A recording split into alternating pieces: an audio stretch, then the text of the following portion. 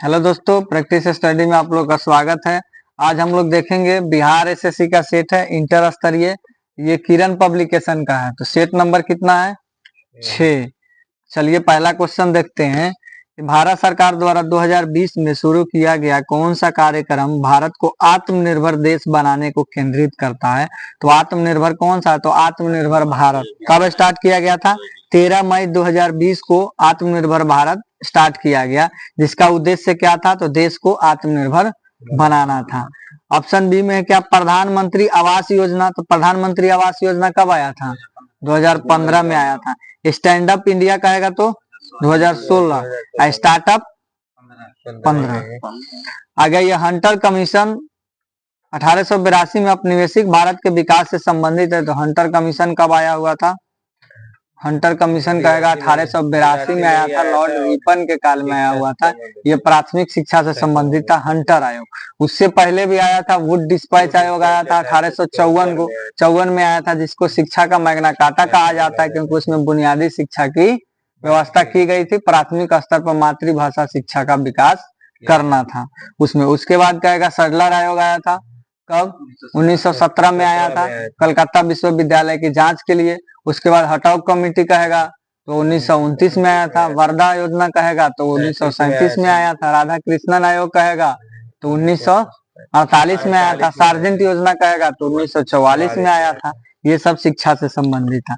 Railway से कहेगा तो रेलवे से कौन सा? रॉबर्टसन आयोग का गठन किया गया था, कॉर्जन के काल में रेलवे से संबंधित था। सेना से कहेगा तो सेना के लिए कौन सा आयोग का गठन किया गया था? फ्रेजर आयोग। हाँ, फ्रेजर आयोग का। अब विश्वविद्यालय के लिए कहेगा तो रैले आयोग का गठन किया गया था, रैले की अध्यक्षता में। अब आइए अगला 3 नंबर, निम्नलिखित में से कौन सा प्रवाह चर का एक उदाहरण है? तो किसी विशेष वित्तीय वर्ष में खदान का निर्यात करना, यह एक कैसा है? चर का प्रवाह है। किसी भी आप विशेष वित्तीय वर्ष में खदान का निर्यात कर रहे हैं, वो एक आपका चर का प्रवाह का उदाहरण है। अब ये सुल्तान आजलन शाह कप किससे संबंधित है? सुल्तान आजलन शाह कप, ये आपको हॉकी से संबंधित है। हाँ, तो आजलन शाह कप कहेगा तो हॉकी से संबंधित है। ये आपको टूर्नामेंट आयोजित का मलेशिया में आयोजित एक वार्षिक महत्वपूर्ण अंतर्राष्ट्रीय पुरुष फील्ड हॉकी टूर्नामेंट है। तो ये पुरुष का हॉकी टूर्नामेंट है, मलेशिया में आयोजन होता है। अब आइए 5 नंबर, भारतीय संविधान का निम्नलिखित में से कौन सा अनुच्छेद प्रावधान करता है कि 14 वर्ष से कम उम्र के बच्चे को जोखिम काम में नहीं लगाना चाहिए? आर्टिकल कितना? 24 कहता है। जो कौन सा है? बाल श्रम, बलात् श्रम कहेगा तो आर्टिकल 23 है। तो 23-24 को बंधुआ मजदूरी का अधिकार भी कहा जाता है। ऐसे मौलिक अधिकार में ये है। मौलिक अधिकार कहेगा तो आपको 14 से 18 समानता का अधिकार, 19 से 22 स्वतंत्रता का अधिकार, 23-24 शोषण के विरुद्ध अधिकार, 25 से 28 धार्मिक शिक्षा का अधिकार, 29 से 30 आपको क्या हो जाएगा? अल्पसंख्यक समुदाय की शिक्षा। फिर आपको 31 कहेगा तो 31 कहेगा तो उसको खत्म कर दिया गया, निरस्त संपत्ति का अधिकार। 32 कहेगा तो संवैधानिक उपचारों का अधिकार है। अनुच्छेद 56 इसमें दिया हुआ है। तो 56 किससे संबंधित है? राष्ट्रपति का। राष्ट्रपति का आपको 56 में कार्यकाल है, 57 में पूर्ण निर्वाचन है, 58 में अहर्ता है, 59 में आपको योग्यता है और 60 में आपको शपथ ग्रहण। फिर आर्टिकल 40 है। तो आर्टिकल 40 में नीति निर्देशक तत्व में आर्टिकल 40 में क्या? ग्राम पंचायतों का गठन। अब आइए 6 नंबर, निम्नलिखित में से कौन सा सरकार के प्राथमिक घाटे का उद्देश्य नहीं है? तो प्राथमिक घाटा का उद्देश्य क्या दिखाता है? तो सरकार कितना उधारी लेकर के अपना राजकोषीय को भरण करता है, वहीं इसका क्या करता है? राजकोषीय दिखाता है इसका प्राथमिक घाटा। तो इसमें सरकार उधारी पर राजकोषीय व्यय प्रभाव का अनुमान लगाता है, सही है। राजस्व के अधिक वर्तमान व्यय के कारण उधार लेने की अनुमान प्राप्त करता है, ये भी सही है। वर्तमान राजकोषीय असंतुलन पर ध्यान देने में केंद्रित करता है, ये सही है। वर्तमान राजकोषीय असंतुलन पर ध्यान न देना ये गलत है, ध्यान दिया जाता है। तो ये है आपका प्राथमिक घाटा। अब आ गया ये 7 नंबर, निम्नलिखित में से कौन सा देश अमेजन वर्षा वन से आच्छादित है? तो कौन सा देश है? तो दक्षिण अमेरिका का देश है, मतलब ज्यादातर क्षेत्र है। तो ये आपको अमेजन बेसिन, ये ब्राजील है, कोलंबिया है, वेनेजुएला है और बोलिविया है। लगभग 60% कहेगा तो ब्राजील अकेले क्षेत्रफल पे है, बाकी 10% पे ये सब है। इसको पृथ्वी का फेफड़ा कहा जाता है, क्योंकि पूरे पृथ्वी का 20% ऑक्सीजन ये अकेला अमेजन वर्षा वन करता।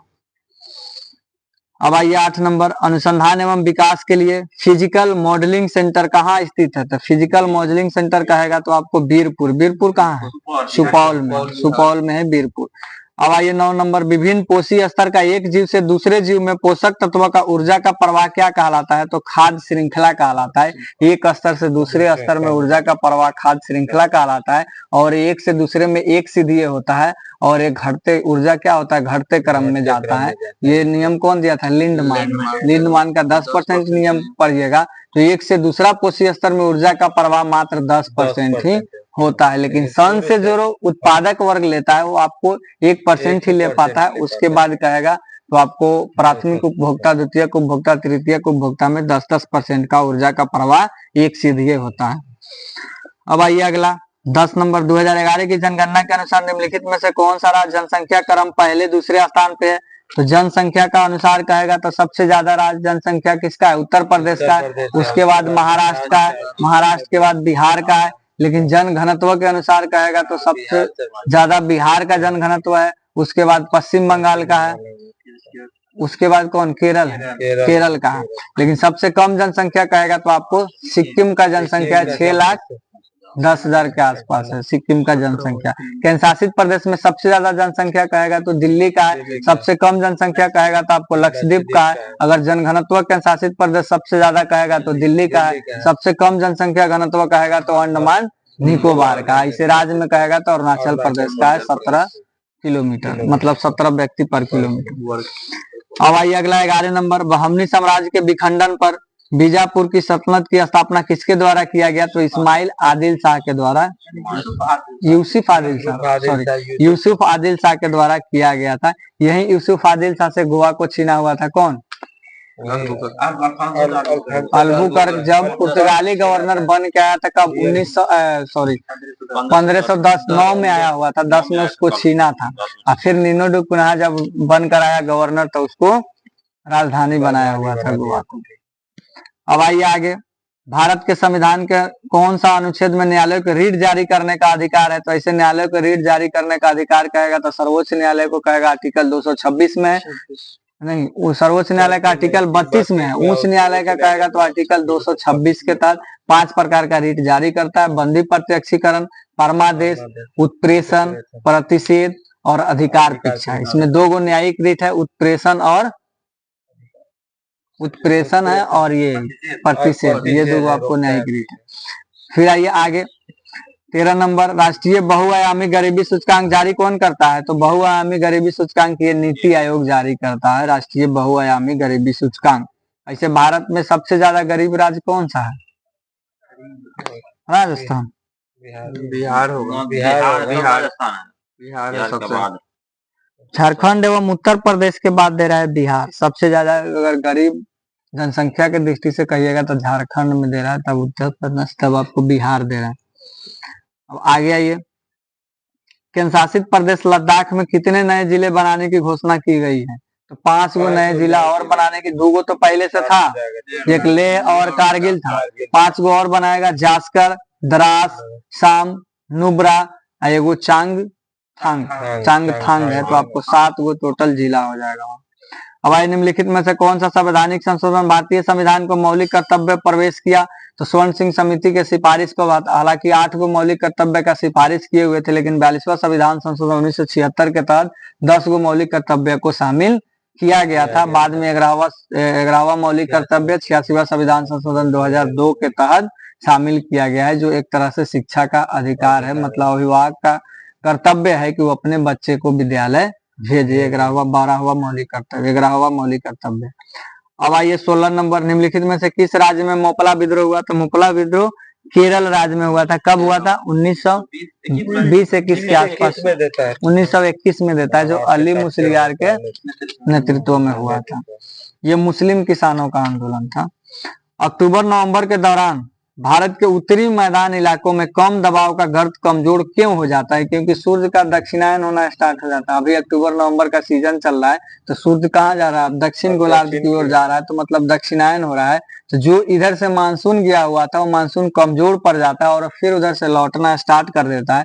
उसको उत्तरी पूर्वी मानसून कहा जाता है या लौटता हुआ मानसून कहा जाता है, जो अक्टूबर नवंबर के काल में आता है। सबसे ज्यादा बारिश करेगा कहाँ कराएगा? तो तमिलनाडु के पूर्व मंडल तट पे। वो जल कहाँ से ग्रहण करेगा? तो बंगाल के खाड़ी से ग्रहण करेगा। तो ये हो गया लौटते हुए मानसून। और फिर मई जून में कहेगा, तो मई जून में सूर्य क्या होता है? उत्तरायण होता है। तो यहाँ पे क्या हो जाता है? न्यूनतम दाब हो जाता है, और दक्षिणी गोलार्ध में अधिकतम, तो अधिकतम से न्यूनतम की ओर जाने लगता है, तो उसको दक्षिणी पश्चिमी मानसून का उदय होता है। और भारत में सबसे ज्यादा बारिश कहेगा तो दक्षिणी पश्चिमी मानसून से ही होता है।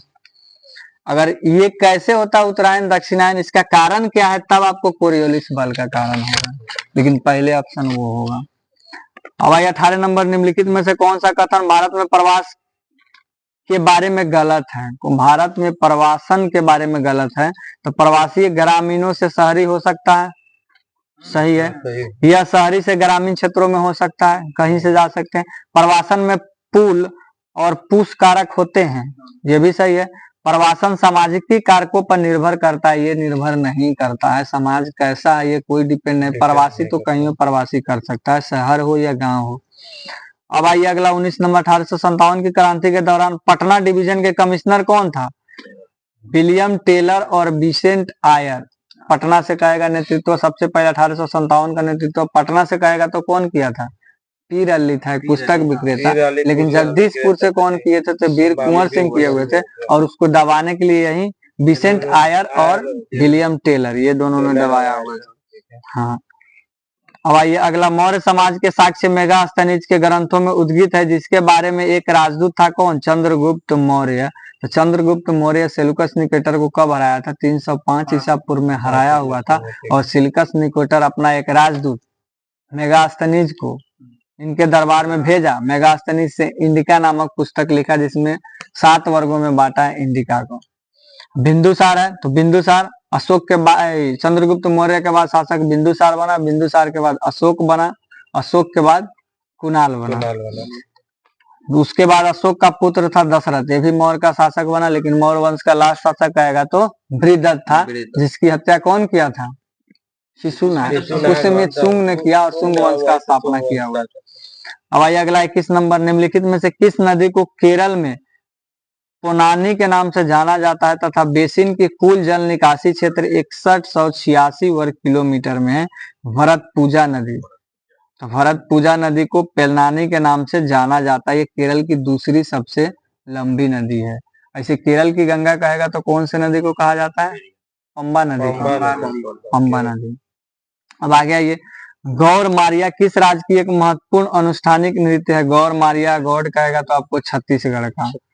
फिर रवांडा के कागामे ने कार्यकाल के लिए राष्ट्रपति के रूप में शपथ लिया है, चौथे राष्ट्रपति के रूप में शपथ लिया है। रवांडा के राष्ट्रपति है कौन? कागामे। ये आपको सबसे ज्यादा अंतर से, मतलब 99% वोट इनको पड़ा है, तब जीत मिला है चौथी बार। चौथी पंचवर्षीय योजना में कितने भारतीय को अनुसूचित वाणिज्यिक बैंकों का राष्ट्रीयकरण किया गया? तो पहली बार राष्ट्रीयकरण कहेगा तो 14 बैंकों का राष्ट्रीयकरण कब किया गया था? 1969 में किया गया था। उस समय गवर्नर कौन थे? एल.के. झा गवर्नर थे। फिर दूसरी बार कहेगा तो 1980 में 6 गो बैंकों का राष्ट्रीयकरण किया गया था। अभी कहेगा वर्तमान में राष्ट्रीयकृत बैंकों की संख्या कितना है? तो 12 गो। फिर ये 25 नंबर, भारतीय जनगणना संगठन द्वारा 15वां राष्ट्रीय जनगणना सर्वेक्षण किस वर्ष किया गया? तो 2011 में। 2011 की जनसंख्या आपको पूछेगा कब भी जनगणना थी, तो आपको स्वतंत्र भारत की 7वीं, नहीं तो ऐसे कहेगा तो 15वीं जनगणना थी। ऐसे पहली जनगणना कहेगा तो 72 में लॉर्ड मेयो के काल में, नियमित कहेगा तो लॉर्ड रिपन के काल में 1881 से हुआ था। ऐसे नियमित जनगणना कराने का उद्देश्य किसको दिया जाता है? अमेरिका को दिया जाता है। लेकिन जनगणना का सबसे पहले कौन कराया था? स्वीडन कराया हुआ था। अब आइए अगला, निम्नलिखित में से किससे पहले ब्लैक पैगोडा के नाम से जाना जाता है? तो उड़ीसा का सूर्य मंदिर है, कोणार्क का मंदिर, इसको ब्लैक पैगोडा के नाम से जाना जाता है, सूर्य को समर्पित है। और इसको कौन बनवाया था? गंगवंशी शासक नरसिंह वर्मन प्रथम ने बनवाया हुआ था। मीनाक्षी मंदिर आपका मदुरई में है। बटिकेश्वर मंदिर आपका कहाँ है? तिरुपति में है। फिर नाथ श्रीनाथ जी मंदिर कहेगा तो नाथ द्वार में। अब आइए बिहू किस राज्य का सबसे महत्वपूर्ण त्योहार है? बिहू। तो बिहू कहेगा तो असम का है बिहू, लेकिन बिहू कुहू कहेगा तो अरुणाचल प्रदेश का है बिहू कुहू। अब आइए अगला, बिहार के 21 अप्रैल 1858 को ब्रिगेडियर डगलस के अधीन ब्रिटिश सैन्य दल के विरुद्ध किसने बहादुरी के साथ युद्ध लड़ा? तो वीर कुंवर सिंह ने युद्ध लड़ा। लास्ट में यही डगलस के गोला के प्रभाव में आकर के ये घायल हो गए और इनकी मृत्यु हो गई थी। कब? 1858 में वीर कुंवर सिंह को। उसके बाद इनका भाई नेतृत्व संभाले। एशियाई खेलों का पहला शुभंकर कहेगा तो कौन था? अप्पू था। एशियाई खेलों का पहला शुभंकर कहेगा तो अप्पू। पहला एशियाई खेल 1951 में नई दिल्ली में हुआ था। दूसरा एशियाई खेल कहेगा तो 1982 में हुआ था। अब आइए 30 नंबर, फॉर्चून ग्लोबल 500 लिस्ट में सर्वोच्च रैंक वाली भारतीय कंपनी कौन है? तो रिलायंस इंडस्ट्रीज है। तो ऐसा कहेगा तो रिलायंस इंडस्ट्रीज में भारतीय कंपनी। ऐसा कहेगा नंबर 1 पे कौन है? Walmart company. भारत में पहली बार सोने के सिक्के किसने जारी किए गए थे? पहली बार कहेगा सोने का सिक्का, ऐसे पहली बार सोना का सिक्का कहेगा तो हिंद यूनानी ने चालू किया था। सर्वाधिक सोना का कहेगा तो गुप्त काल में चालू हुआ था। लेकिन शुद्ध सोना का कहेगा तो कुषाण काल में कौन शासक था? भीम कटफिसेस उसका शासक था, जो आपको शिव नंदी आकृति का भी सिक्का चलाया हुआ था। तो ऐसे कुषाण वंश का संस्थापक कहेगा तो कुजिल कटफिसेस है। इसी का शासक था भीम कटफिसेस, जो सिक्का जारी किया हुआ था। अब आइए इसके किसके उद्देश्य से वन आवरण को बढ़ाना है? तो राष्ट्रीय ग्रीन इंडियन मिशन के तहत इसका उद्देश्य है कि मतलब वनों को बढ़ाना है। ऐसे ग्रीन इंडिया आर्मी कहेगा सबसे पहले ऑस्ट्रेलिया स्टार्ट किया हुआ था। कब? 2015 में। अब आइए भारतीय संविधान का अनुच्छेद 59 निम्नलिखित में से किससे संबंधित है? तो 59 कहेगा तो राष्ट्रपति का शर्त है। इसे 59 52 में कहेगा तो राष्ट्रपति का पद है। 53 में कार्यपालिका शक्ति, 54 में उसका निर्वाचक मंडल है, 55 में निर्वाचन की प्रक्रिया है, 56 में उसका क्या है? कार्यकाल है, 57 में पूर्ण निर्वाचन की पात्रता, 58 में अर्हता योग्यता, 59 में कहेगा तो शर्त है, 60 में कहेगा शपथ ग्रहण है, 61 में कहेगा तो महाभियोग है। फिर आइए अगला, निम्नलिखित में से किस समाज सेविका को आधुनिक नर्सिंग की आधारभूत दार्शनिक के रूप में जाना जाता है? तो यही फ्लोरेंस नाइटिंगेल को जाना जाता है। भारत का फ्लोरेंस नाइटिंगेल कौन है? सरोजिनी नायडू। ठीक है। अब आइए कौन सा? रोशनी नादर मल्होत्रा भारत की सबसे प्रभावशाली महिला है। 21 कंपनी के अध्यक्ष है। तो कहेगा तो HCL टेक्नोलॉजी कंपनी का ये अध्यक्ष है। फिर आइए निम्नलिखित में से किस खिलाड़ी को पॉकेट डायनामो के नाम से जाना जाता है? तो पॉकेट डायनामो के नाम से KD यादव। ये सबसे पहले कांस्य पदक जीते हुए थे। कब? 1912 का ओलंपिक था, उसमें कांस्य पदक जीते हुए थे KD यादव। तो भारत का सबसे पहला व्यक्ति कहेगा तो KD यादव यही। हालांकि सबसे पहले भाग लिए थे कौन? नॉर्मन पिचार्ड, जो आंग्ल भारतीय था। वो कब भाग लिया था? 1900 का ओलंपिक में भाग लिया था। लेकिन भारतीय दल कहेगा कब भेजा गया? तो 1920 के एंटवर्प ओलंपिक में भारतीय दल को भेजा गया था। ऐसे मशाल जलाने का प्रथा कहेगा तो 1936 के बर्लिन ओलंपिक में उसका वर्तमान स्वरूप आया था। राज्यसभा की व्यवसायी सलाहकार समिति का पहली बार बैठक कब किया गया था? तो 1952 में राज्यसभा का भी गठन हुआ। और राज्यसभा का व्यवसायिक सलाहकार समिति का पहली बार गठन कहेगा तो आपको 1952 में किया गया था। विश्व शौचालय दिवस कब मनाया जाता है? तो 19 नवंबर को विश्व शौचालय दिवस हर वर्ष मनाया जाता है। अब निम्नलिखित में से कौन सा हिल स्टेशन उत्तराखंड में अवस्थित है? तो इसमें से दिया है अल्मोड़ा। अल्मोड़ा आपको हिल स्टेशन कहेगा कहाँ अवस्थित है? उत्तराखंड में अवस्थित है आपको अल्मोड़ा। आज तो क्वेश्चन पूछा हुआ था ना इससे। हिल स्टेशन कहेगा मतलब पर्यटन, पर्वतीय पर्यटन। पर्वतीय पर्यटन, हिमालय पर्वतीय पर्यटन कौन सा है? तो वो था फूलों की घाटी। अब आइए नवंबर 1936 में भागधिकारी पट्टेदारों को जमीन बदखली प्रयासों के विरुद्ध बहरिया, जो मुंगेर के एक बड़ा आंदोलन था, बरहिया आंदोलन के नाम से जाना जाता है, मुंगेर में चलाया गया था 1936 में। जो क्या था? तो बिहार का एक किसान सभा था, किसानों का बैठक हुआ था। और इसी की अध्यक्षता कौन कर रहे थे? स्वामी सहजानंद सरस्वती। अखिल भारतीय किसान सभा का स्थापना भी इसी समय 1936 में किए थे। वित्त आयोग का गठन भारत के राष्ट्रपति द्वारा कौन से अनुच्छेद? आर्टिकल 280 में कहा गया है कि भारत का वित्त आयोग होगा। वित्त आयोग की नियुक्ति राष्ट्रपति करेगा प्रत्येक 5 वर्ष पे। पहले वित्त आयोग का अध्यक्ष कहेगा तो कौन थे? KC नियोगी। अभी वर्तमान में कहेगा तो कौन है? अरविंद पनगड़िया, जो 25 से 30 के लिए बने, 2025 से 30 16 है अरविंद पनगड़िया। निम्नलिखित में से कौन सा बौद्ध स्तूप की संरचना का हिस्सा नहीं है? तो आपको गोपुरम नहीं है। गोपुरम क्या है? ये मंदिर की कला है, दक्षिण भारत की मंदिर की कला है, प्रवेश द्वार को गोपुरम कहा जाता है। बाकी आधा है, हार्निक है, ईस्ट है, सब बौद्ध स्तूप में क्या है?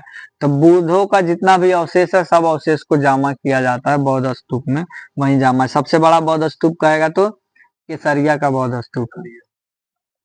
अब आइए, उष्णकटिबंधीय महासागर में पाई जाने वाले निम्न स्थिति द्वीप में से जो एक केंद्रीय आवास तथा आसपास परवाल भित्तियों से युक्त है, तो कौन सा निर्मित द्वीप है? तो उष्णकटिबंधीय महासागर क्षेत्र में एटॉल द्वीप को परवाल द्वीप के नाम से जाना जाता है। इसे सबसे बड़ा परवाल द्वीप कहेगा तो ऑस्ट्रेलिया का है, ग्रेट डिवाइडिंग रेंज है, ग्रेट बैरियर रीफ या ग्रेट बैरियर रीफ है, जो आपको कहाँ है? पूर्वी ऑस्ट्रेलिया में, उत्तरी पूर्वी ऑस्ट्रेलिया क्षेत्र में पड़ता है, सबसे बड़ा है। अब भारत में कहेगा सबसे बड़ा परवाल निर्मित द्वीप कौन सा है? लक्षद्वीप है। फोर्ट विलियम किस नदी के किनारे अवस्थित है? तो फोर्ट विलियम कहेगा तो आपको हुगली नदी के किनारे है। ऐसे फोर्ट विलियम कॉलेज का स्थापना कहेगा तो कौन कराया था? लॉर्ड ब्लेजली ने फोर्ट विलियम कॉलेज का स्थापना। अब आइए, निम्नलिखित में से कौन सा अवंती साम्राज्य की राजधानी है? तो उज्जैनी। अवंती दो साम्राज्य में बटा हुआ था, उत्तरी अवंती का कहेगा तो उज्जैनी और दक्षिणी अवंती का कहेगा तो महिष्मती था। तो ये आपको क्या है? केगो था, राज्य केगो था?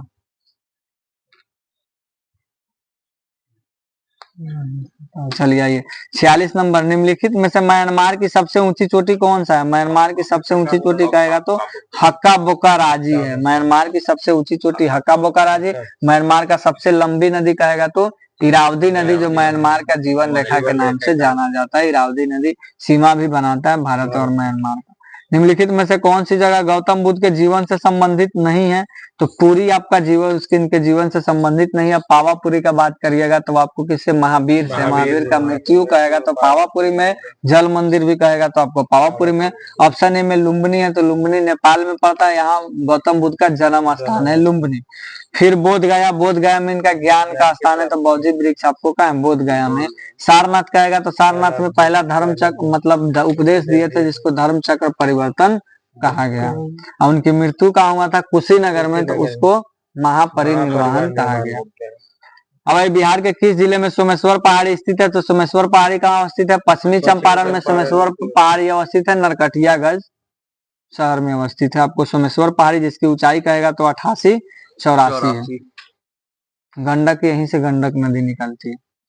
भारत में अपना पहला दोबारा इस्तेमाल होने वाला हाइब्रिड रॉकेट लॉन्च कौन था?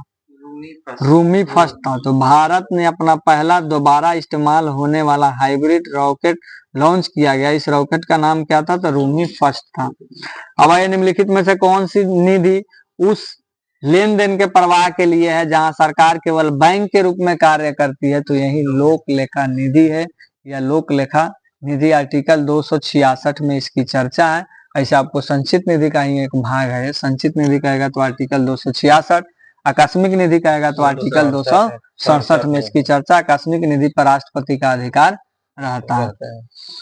अब आइए अगला 51 नंबर, हाइड्रा और खमीर का प्रजनन कैसे द्वारा होता है? तो आपको मुकुलन के द्वारा होता है। तो बडिंग इसको बोला जाता है। वो क्या होता है? अपने आप में उभार आकर टूट जाता है और नए जीव के रूप में वो भांति व्यवहार करने लगता है, वहीं आपका मुकुलन।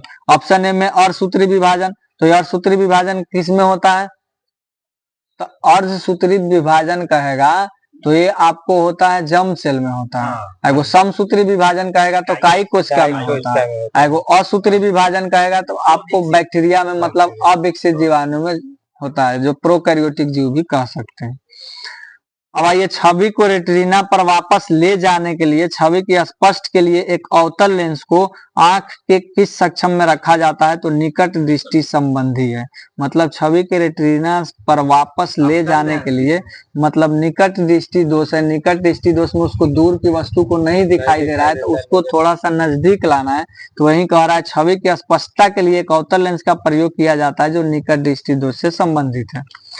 दूर। अब आइए, संवाहक का प्रतिरोध निम्नलिखित में से किसके घटकों पर निर्भर करता है? तो प्रतिरोध का फॉर्मूला क्या होता है? रो एल बाई ए, मतलब लंबाई के समानुपाती होगा, क्षेत्रफल के व्युत्क्रमानुपाती होगा। क्षेत्रफल कहेगा तो त्रिज्या का भी व्युत्क्रमानुपाती होगा। तो संवाहक की लंबाई पर निर्भर करेगा।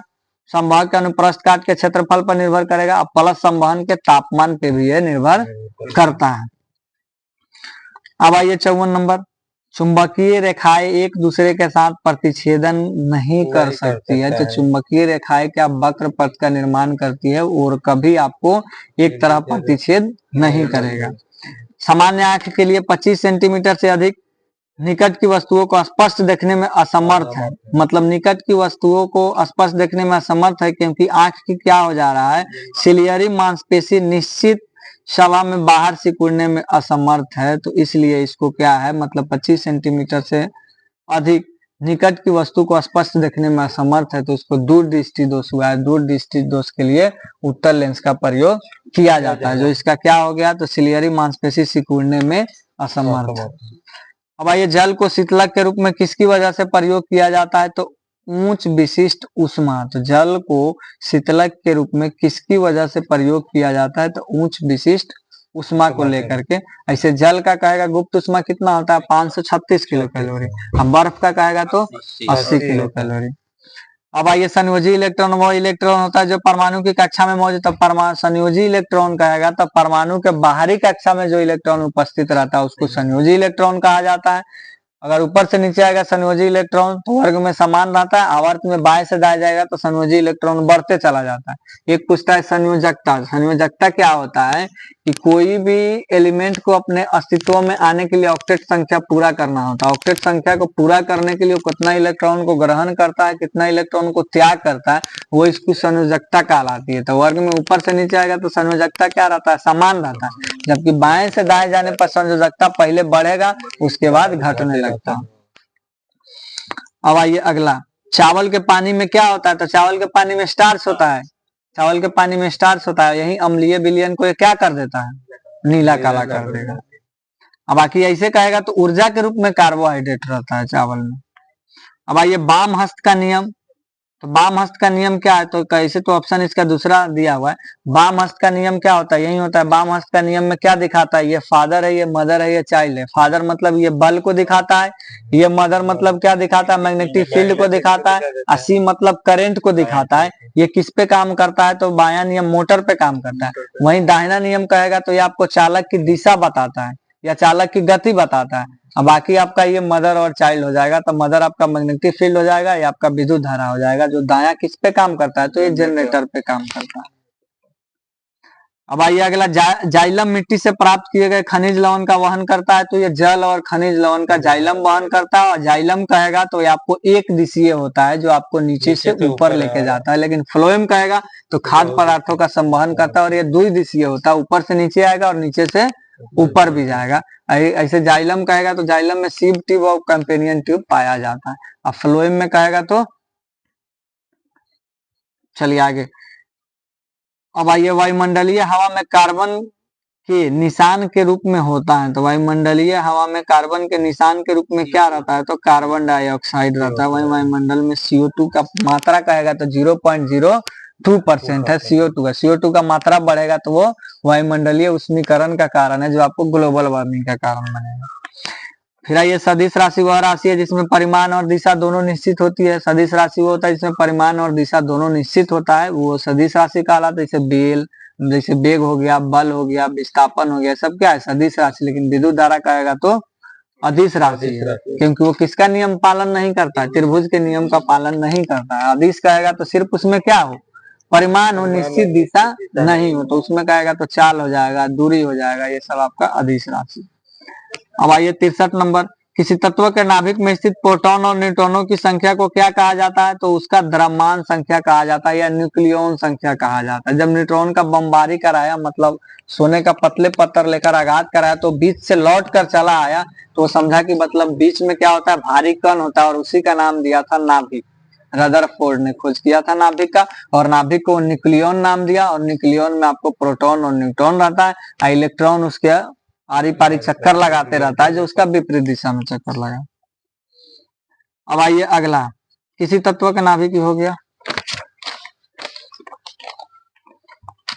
वे जीव जो अपने भोजन के लिए अन्य प्राणियों या पौधे पर निर्भर रहता है उसी को विषमपोषी कहा जाता है। विषमपोषी वो पौधा होता है जो आपको प्रकाश संश्लेषण नहीं करेगा लेकिन दूसरे जीवों पे आश्रित रहेगा, उसी को विषमपोषी या परपोषी कहा जाता है। अब आइए अगला, भोजन सामग्री को शरीर से बाहर विभाजित करता है और फिर अवशोषित करता है तो आपको मशरूम होता है। मशरूम भी क्या है, परजीवी है, आपको सड़े गले चीजों पे आश्रित रहता है, उसी को ये ट्रैप करके अपना भोजन करता है, ये भी प्रकाश संश्लेषण नहीं करता है। अब आइए, जल निकायों में मनुष्य में मल का निपटान होने के कारण निम्नलिखित बैक्टीरिया पाया जाता है, तो कौन सी बैक्टीरिया है, कोलीफॉर्म बैक्टीरिया, ये मल निकास में पाया जाता है, मनुष्य के मल निकास में कोलीफॉर्म बैक्टीरिया। ऑप्शन सी में इकोलाई बैक्टीरिया, ये आपको आंत में पाया जाता है, इकोलाई बैक्टीरिया कहेगा तो छोटी आंत में। अब आइए अगला, सोलर कुकर में सपाट दर्पण के ग्लास शीट की क्या भूमिका रहती है, तो ये पकाने के बर्तनों की ओर सभी सूरज के किरणों को मोड़ने तथा गर्मी को बढ़ाने, मतलब सभी सूरज के किरणों को एक जगह लाकर ये लौटाती है और गर्मी पैदा करती है। इसमें किस दर्पण का प्रयोग किया जाता है, तो अवतल दर्पण का प्रयोग किया जाता है।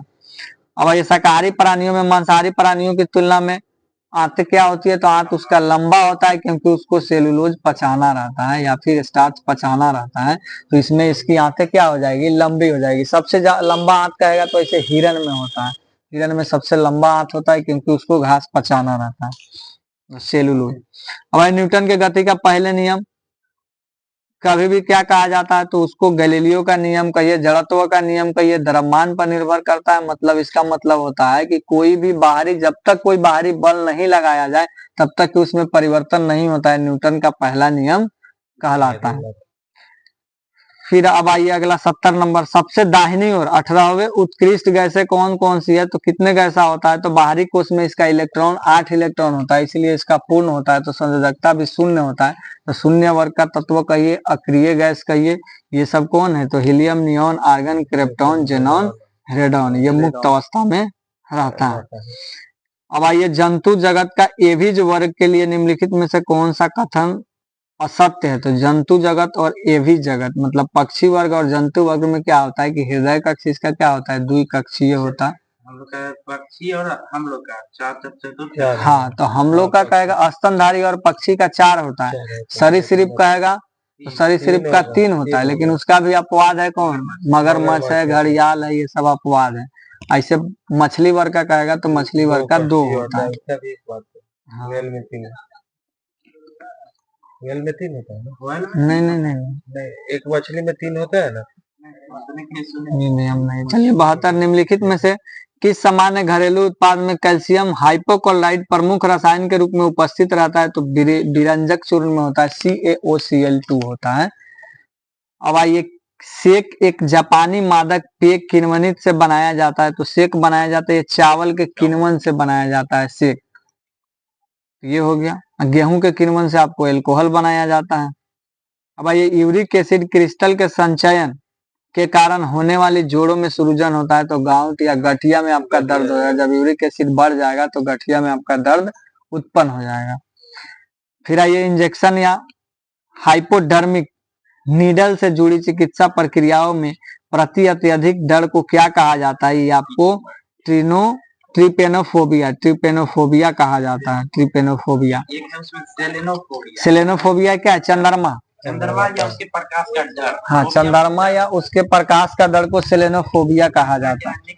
निक्टोफोबिया 3 नंबर में, तो निक्टोफोबिया में क्या होता है, अंधेरा से डर, अंधेरा से डर होता है निक्टोफोबिया। हाइड्रोफोबिया में आपको जल से डर, हाँ, हाइड्रोफोबिया में जल से डर, जब आपको रेबीज का बीमारी होगा, कुत्ता काटेगा, तो ये सब होता है। चलिए, हो गया ये 75 क्वेश्चन।